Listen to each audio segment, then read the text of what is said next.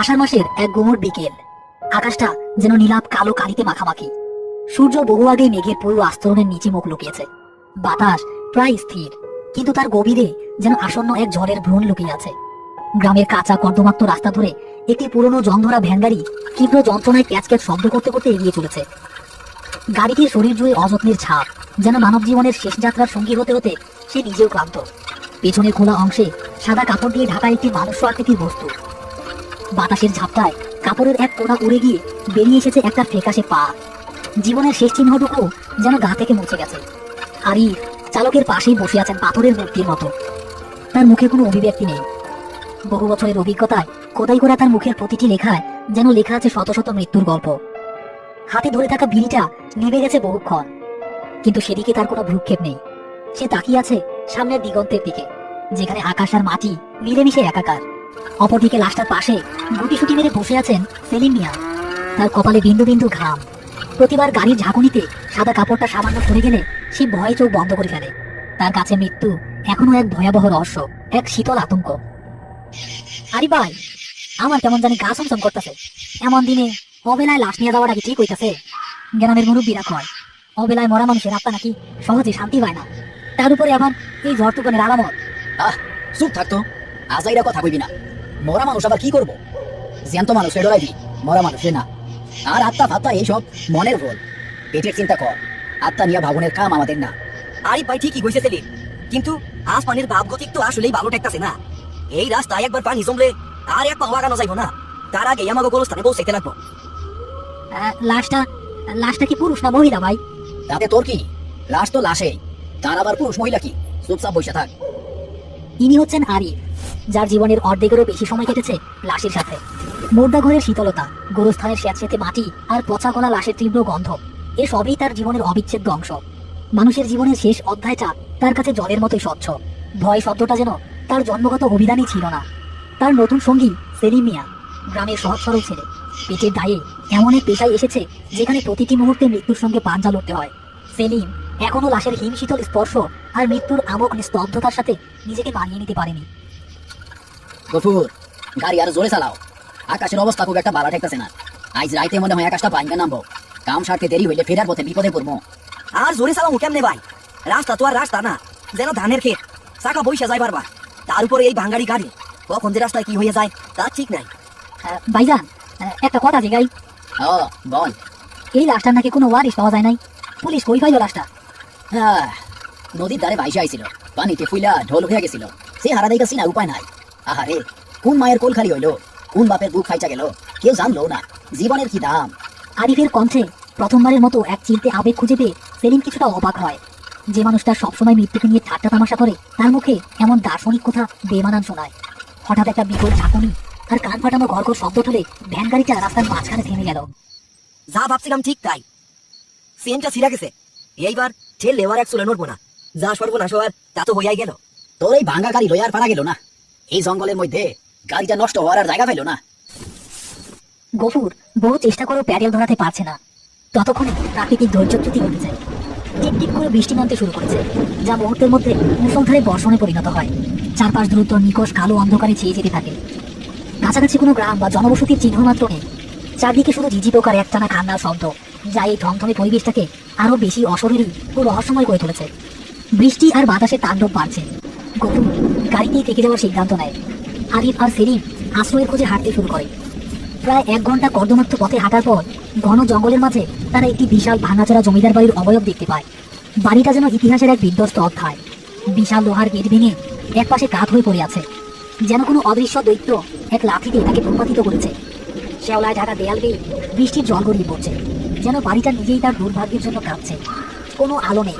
নিস্তব্ধ বাড়িটা যেন এক ক্ষুধার্ত দানবের মতো অন্ধকারে ওত পেতে বসে আছে শিকারের অপেক্ষায়। ভাইজান, এইটা তো ভূতের বাড়ি মনে হইতেছে। মানুষজন থাকে বইটা তো মনে হয় না। এর ভিতরে ঢোকা কি ঠিক হইব? আমার বুকটা কেমন জানি করতেছে, মনে হইতেছে কোনো বিপদ সামনে। ভূতের বাড়ি হইলে তো ভালোই, জ্যান্ত শয়তানের চাইতে মোরা ভূত অনেক ভালো। আর এই ঝড় বৃষ্টির মধ্যে মাথা গোজার একটা আস্তানা তো দরকার। যা হওয়ার হইব, ভেতরে চল। আজ পর্যন্ত 1000টা লাশ দাফন করছি। একটা ভাঙ্গা বাড়ির ভয়ে পিছায় গেলে আমার নামের উপর কালি পড়বো। আরিফের অভয় বাণীতে সেলিম কিছুটা ভরসা পেলেও তার মন থেকে ভয় দূর হয় না। ভেতরে প্রবেশ করতে একটা তীব্র ঠান্ডা স্যাঁতসেঁতে আর পচা পাতার মিশ্র গন্ধ তাদের নাকে এসে ঢোকে, যেন তারা কোনো জীবন্ত প্রাণীর পেটের ভেতর ঢুকে পড়েছে। বিশাল উঠানের মাঝখানে এক অদ্ভুত জায়গায় রয়েছে বিশাল পুরনো কুয়া। কুয়োটার অবস্থানটাই অস্বাভাবিক, যেন পুরো বাড়িটাই এই কুয়োকে পাহারা দেওয়ার জন্য তৈরি। বাড়ি ঠিক মধ্যে কুয়া, এমন তো কোনোদিন দেখি নাই। এটা দেখ আমার গাটা কেমন জানি সমসম করে উঠলো। ভাইজান চলেন কোনো একটা করে যাই। দাঁড়া তো, এই জিনিসটা কি অদ্ভুত সুন্দর নকশা দেখছস কুয়ার বাচ্চায়। এককালে হয়তো এই বাড়ির বউজিরা এই কুয়া থেকে পানি তুলতো, কিন্তু জায়গাটা কেমন একটা গুমট ভাব। সেলিম কথা বলছিল ঠিকই, কিন্তু আরিফের চোখ দুটো কুয়োটার দিকে স্থির হয়ে গিয়েছিল। তার বহু বছরের অভিজ্ঞ মন তাকে সাবধান করে দিচ্ছিল, এই কুয়োটা সাধারণ নয়, এর গভীরে এমন কিছু লুকিয়ে আছে যা স্বাভাবিক জগতের অংশ নয়। তার মনে হতে থাকে কুয়োর গভীর অন্ধকার থেকে কেউ যেন তার দিকে অপলক দৃষ্টিতে তাকিয়ে আছে। হাজার হাজার পচা গলা বিভৎস লাশ দেখেও যে মানুষটার স্নায়ু একটুও কাঁপে না, সেই আরিফের বুকের ভেতরটা আজ প্রথমবার অজানা আশঙ্কায় ধক করে উঠল। হঠাৎ তারা দুজনেই কুয়োর গভীর থেকে একটা চাপা গোংরানোর আওয়াজ শুনতে পেল। আওয়াজটা ঠিক মানুষের কান্নার মতো নয়, যেন কেউ গভীর পানির নিচ থেকে বাঁচার জন্য করুণ আকুতি জানাচ্ছে। কিন্তু তার গলা দিয়ে স্বর বের হচ্ছে না, শুধু একটা তীব্র কষ্টকর গড়গড় শব্দ বেরিয়ে আসছে। ভাইজা শুনছেন কিসের শব্দ? কুয়োর ভিতর থেকে শব্দটা আসতেছে। আল্লাহ তো আমাকে বাঁচা, চলেন এখান থেকে, আমার আর এক মুহূর্ত ভালো লাগতেছে না। চুপ থাক, একদম চুপ। কানে যা শুনবি, চোখে যা দেখবি, কিচ্ছু বিশ্বাস করবি না। ঝড় বাদলের রাইতে কত কিছুই মনে হইতে পারে। আরিফ সেলিমকে এক ঝটকায় সরিয়ে দিয়ে ধীরে ধীরে কুয়োটার দিকে এগিয়ে যায়। তার বহু বছরের সঞ্চিত সাহস আর অভিজ্ঞতা যেন আজ এক ভয়ানক পরীক্ষার মুখোমুখি।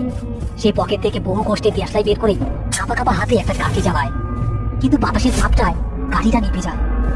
সে আবার আরেকটা কাঠি জ্বাললো। এই তো কি সেটা তো দেমাক তোর। আরিফ দেশলাইয়ের কাঠির সেই ক্ষীণ কাঁপা কাঁপা আলো কুয়োর ভেতরে ফেলতেই তার সারা শরীর ভয়ে যেন বরফ হয়ে গেল। তার চোখের সামনে যা ভেসে উঠলো তা তার জীবনের সব থেকে ভয়ানক দুঃস্বপ্নের থেকেও ভয়াবহ। সেই স্পষ্ট দেখলো কুয়োর গভীর কালো পানির ভেতর থেকে একজোড়া ধবধবে সাদা চোখ, যে চোখে কোনো মনে নেই, যেন দুটো সাদা পাথর সরাসরি তার দিকে স্থির দৃষ্টিতে তাকিয়ে আছে। শুধু তাই নয়, একটা ফ্যাকাশে পানিতে ফুলে ওঠা হাতের আঙুল তাকে ইশারায় নিচে ডাকছে। আলোটা নিভে যাওয়ার ঠিক আগে সে চূড়ান্ত আতঙ্কে লক্ষ্য করলো পানির নিচের ছায়ামূর্তিটা আর কারো নয়, অবিকল তার নিজের প্রতিবিম্ব। কিন্তু সেই প্রতিবিম্বের মুখটা ভয়ে আর তীব্র কষ্টে বিকৃত হয়ে আছে। তার চোখ দুটো ঠেলে বেরিয়ে আসতে চাইছে, যেন এখনই তার দম বন্ধ হয়ে যাবে। সেলিম, এই কুয়ার পানিতে আমি, এটা তো আমার ডাকতাছে, আমারে আমারে খাইতে চাইতাছে। কি যে কোন ভাইজান, আপনার মনের ভুল। চলেন ভাইজান, আল্লাহ দোহাই লাগে, এই অভিশপ্ত বাড়ি থেকে আমরা বাইরে হয়ে যাই। দরকার হইলে খোলা আকাশের নিচে ভিজবো, তাও এখানে আর এক মুহূর্ত না। আপনার অবস্থা দেখা আমার কলিজা শুকায় যাইতাছে। না রে সেলিম, এটা মনের ভুল না, তুই বুঝবি না। আজ 20 বছর ধরে আমি লাশ কাটি, আগুনে পুরা বিকৃত লাশ, কাইটা টুকরা টুকরা করা লাশ, পানিতে পোলা লাশ, কোনো কিছুতে আমার এক ফুটা ডর লাগে নাই। কিন্তু আজ আমি যা দেখছি, আমার মনে হইতাছে আমার কলিজাটা যেন কেউ ছিঁড়া নিয়ে গেছে। ওই কুয়া জীবন্ত রে, ওইটা মানুষের আত্মা খায়, ওই কুয়ার ক্ষুধা মিটে নাই এখনো। ভাইজান ওই বাক্সটা। এইগুলা কি?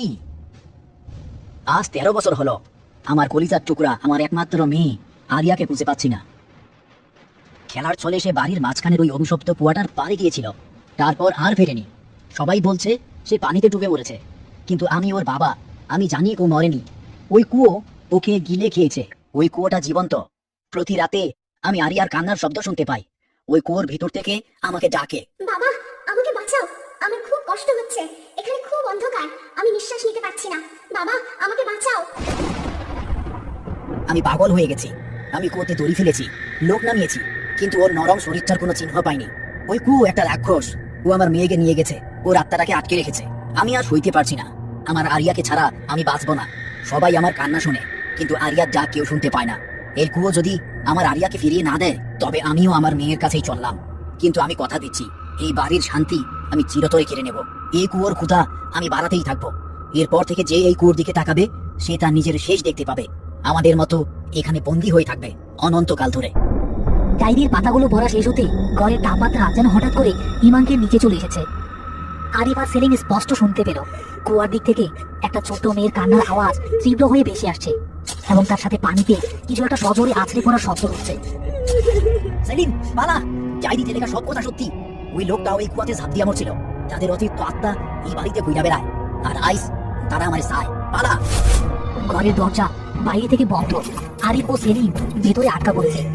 কুয়ার দিক থেকে ভেসে আসা কান্নার আওয়াজ এবং ভেজা পায়ে হেঁটে আসা ছপ ছপ শব্দ ক্রমশ তাদের ঘরের দরজা দিকে এগিয়ে আসছে। শব্দের সাথে মিশে আছে তীব্র পচা জলের গন্ধ। হঠাৎ দরজায় খুব আলতো করে নখ দিয়ে আঁচল কাটার মতো একটা শব্দ হলো। তারপরে একটি শিশুর মিষ্টি কিন্তু কান্নার সুরে ভেজা প্রতিধ্বনিত কণ্ঠস্বর ভেসে আসতে লাগলো, যা দেয়ালের ভিতর থেকে আসছে বলে মনে হচ্ছে। বাবা, দরজাটা খোলো, আমার খুব ভয় করছে, ঠান্ডা লাগছে, একা একা থাকতে ভালো লাগে না। তুমি আসবে না আমার সাথে খেলতে? এই কণ্ঠস্বর শোনার সাথে সাথে আরিফের চোখ দুটো স্থির ও নিষ্প্রাণ হয়ে গেল। তার চেহারা থেকে সমস্ত ভয় উদ্বেগ উধাও হয়ে এক ধরনের শীতল শূন্যতা নেমে এসেছে। ভাইজান, ভাইজান, কি হলো আপনার? কার ডাকে সাড়া দিতেছেন? এটা এটা মানুষ না, এটা শয়তানের ফাঁদ। আরিফ সেলিমের কোনো কথাই শুনতে পাচ্ছে না। সে যেন কোনো অদৃশ্য শক্তির টানে এক পা করে দরজার দিকে এগিয়ে যাচ্ছে। আরিফ দৃঢ় পায়ে বাইরে পা বাড়াতে তার কানের কাছে কেউ যেন ঠান্ডা বরফের মতো নিঃশ্বাস ফেলে ফিসফিস করে বলে উঠল, চলে আয়, আর কত পরের লাশ কাঁধে বইবি? তোর কষ্ট আমি বুঝি, তোর জন্যই তো অপেক্ষা করছি। এখানে কোনো কষ্ট নেই, কোনো ক্লান্তি নেই, শুধু অনন্ত শান্তি আর অতল জলের গভীরতা। চলে আয় আমাদের কাছে, আমরা একা। না ভাইজান, যাইয়েন না, আপনি কই যেতেছেন? এটা এটা আপনার মনে ভুল। চাইরা দিয়ে সেলিম, আমারে যাইতে হইব, আমার টাকা এসে পড়ছে। ওরা ওরা আমার জন্য অপেক্ষা করতেছে। এই কুয়াই আমার শেষ ঠিকানা। 20 বছরে যত লাশ দাফন করছি তারা সবাই যেন আইস আমারে ডাকতাছে ওই কুয়ার গভীর থেকে। আমার ভক্তি এখানে। আরিফের শরীরে যেন 10টা হাতির শক্তি ভর করেছে। সেই এক ঝটকায় সেলিমকে দূরে ছিটকে ফেলে দিয়ে অন্ধকার উঠান হয়ে সোজা সেই অভিশপ্ত কুয়াটার দিকে হেঁটে যেতে থাকলো। বিদ্যুৎ চমকানোর আলোয় সেলিম দেখতে পেল এক ভয়ঙ্কর দৃশ্য। কুয়ার পাশে একটি সাদা কাপড় পরা ছোট্ট মেয়ে ছায়ামূর্তি দাঁড়িয়ে আছে, আর তার হাত ধরে আছে একটা দীর্ঘদেহী ছায়া। তারা দুজনেই যেন আরিফকে স্বাগতম জানানোর জন্য অপেক্ষা করছে। আরিফ কুয়ার কিনারে গিয়ে দাঁড়ালো। সে একবারও পেছনে তাকালো না। কুয়ার গভীর থেকে যেন শত শত অতৃপ্ত কণ্ঠস্বর তাকে ডাকছে। সে কুয়ার ভেতরে ঝুঁকে শান্তভাবে একটা মুচকি হাসি দিল, তারপর শূন্যে তার শরীরটা ভাসিয়ে দিল। পানিতে বিশাল কিছু একটা পড়ার বিকট শব্দ ছাড়া আর কিছুই শোনা গেল না। শব্দটা মিলিয়ে যাওয়ার সাথে সাথে বাড়িটা আবার কবরের মতো শান্ত থমথমে হয়ে গিয়েছে। এই দৃশ্য দেখে সেলিম মিয়া কোনো মতে সেই অভিশপ্ত বাড়ি থেকে জ্ঞান হারানো অবস্থায় পালিয়ে ফিরেছে। সম্ভবত সে তার মানসিক ভারসাম্য হারিয়ে ফেলেছে। এরপর থেকে তাকে আর কোনোদিনও লাশ বহনের কাজ করতে দেখা যায়নি। সেই পোড়া বাড়িটা আজও সেই রকমই দাঁড়িয়ে আছে, নিজের বুকে এক ভয়াল রহস্যকে ধারণ করে। রাতের বেলা মাঝে মাঝে নাকি সেই কুয়ার ভিতর থেকে কান্নার আওয়াজ শোনা যায়। তবে এখন আর শুধু একটি শিশুর কণ্ঠ নয়, শোনা যায় 3টি ভিন্ন কণ্ঠস্বর। এক শিশু, এক প্রতিশোধ পরায়ণ বাবা এবং বহু বছরের অভিজ্ঞতায় ভারাক্রান্ত এক লাশ বাহকের ক্লান্ত কণ্ঠস্বর, যে আজও তার মুক্তির অপেক্ষায় অতল জলের গভীরে বন্দী হয়ে আছে।